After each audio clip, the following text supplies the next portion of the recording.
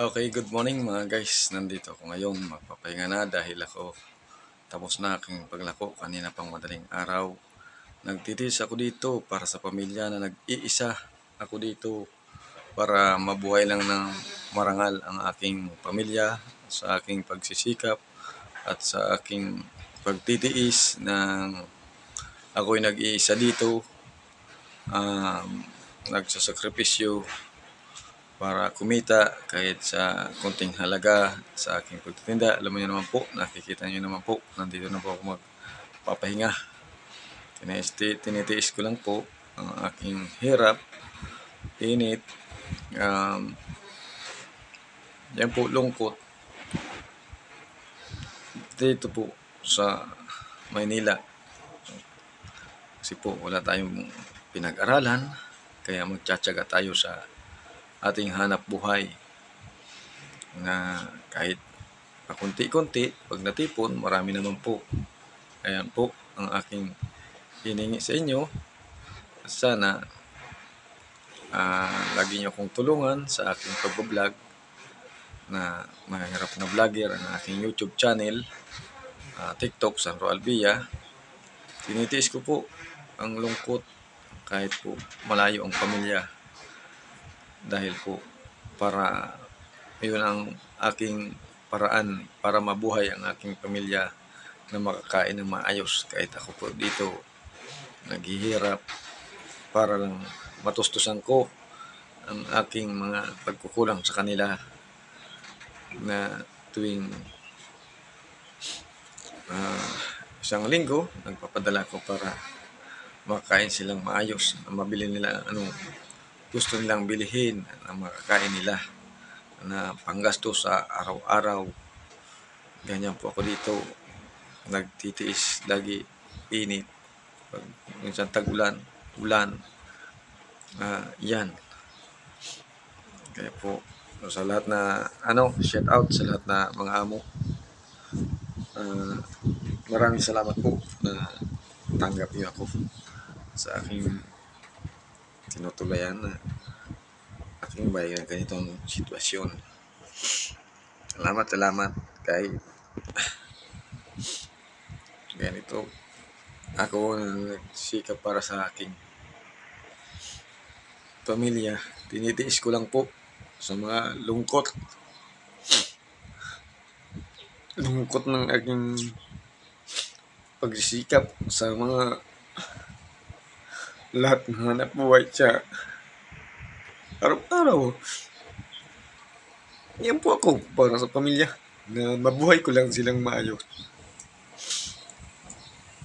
Ganito ako dito sa Manila, nagtitiis ng kahirapan para mabuhay lang ang aking pamilya. Ayan po ay napapayak dahil po nag-iisa lang tayo. Kaya na para makatapos nila sa kanilang pag-aaral at yun yung sinabi ko, matustusan ang aking hanap buhay na may padala sa kanila sa tuwing isang linggo.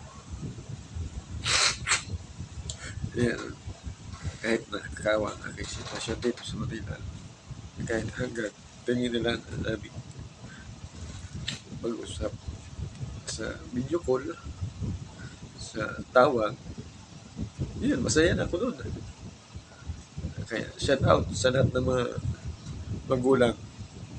Huwag yung pabayaan yung mga anak. Dahil kung kayo ay tatanda, sila mag-alaga sa atin. Kaya kayo mga anak, pag-ayusin mo ang pag-aaral ninyo dyan. Kasi ako alam mo ang sitwasyon. Ganito ang pinag-aralan. Kaya ganyan, nagtitiis na lang pag tinda-tinda para kumita, para lang sa inyo. Hindi lang para sa akin, para sa inyo na para mabigyan ng magandang buhay. Yung pag-aaral nyo. Nagtitiis ako dito kahit malayo kayo. Nakayahan ko, pinakaya ko. Makapadala ko, masaya na ako. Ang kunti, yun ay natago ko rin. para din sa aking pag-uwi, may bibigay ko sa inyo. May papasalubong din ako. Kaso sa ngayon, kunti kasi marami tayong dinaranas na problema. Nakakayanan pa rin sa lahat ng mga oras. Nakayanan pa rin kahit malaki ang problema natin. Basta, ang maganda, hindi tayo magkahiwalay. Ganyan. Kahit malayo ako sa inyo. Nandyan ako sa inyo. Suporta ako. Hindi ko kayo iiwan. Hindi ko kayo papabayaan. Kahit anong oras. Kahit malayo ako. Ang suporta nandyan sa inyo. Yan. Pag nalagay na lang natin na mawala ang lahat ng problema at mag-sweet lahat yan. Mga pagsubok lang ito. Kaya shout out sa lahat ng mga magulang. Sana ang mga anak nyo, kung malayo kayo, huwag nyo kalimutan. Makapadala kayo. Ganyan. Kung malayo kayo, huwag nyo kalimutan. Huwag nyo isipin yung sarili nyo lang. Kayong may kinikita, kumakain kayong masarap ang ano nyo. Napabayaan nyo na. Huwag kayong magloko sa mga asawa nyo. Yun ang importante kahit malayo. Kahit napapaya ko sa sarili ko. Dahil nga, hindi ko kayo nakasama araw-araw. Kaya yan ang aking paninindigan. Hindi ko kayo papabayaan. Lagi kayong may suporta. Kaya nga nagtitis ako dito sa Manila. Kahit sa kunti-kunti kita, pagtititong ko yan, dadami rin yan. Kaya lahat ng magulang, o babae, maglalaki, kung tayo magtaksil sa ating asawa, paninindigan natin ang ating sa altar, pinagmangako sa pagkasal sa atin, kada isa sa atin. Huwag tayong magtaksil kahit malayo ang ating pamilya. Huwag tayong magtaksil kada isa sa atin, magbabae man o maglalaki. Yan ang payo ko sa inyo. Magpunta man sa ibang bansa o punta ng Manila, kahit saan man kayo naroon, kung saan kayo nagtatrabaho ngayon, ayan lang ang pinakamahalaga. Huwag pabayaan ng pamilya sa suporta. Yan, napayag ko sarili ko, naawa ko sarili ko kahit ganitong sitwasyon. Yun nga yan, nag-iisa kahit magtitiis sa ganito na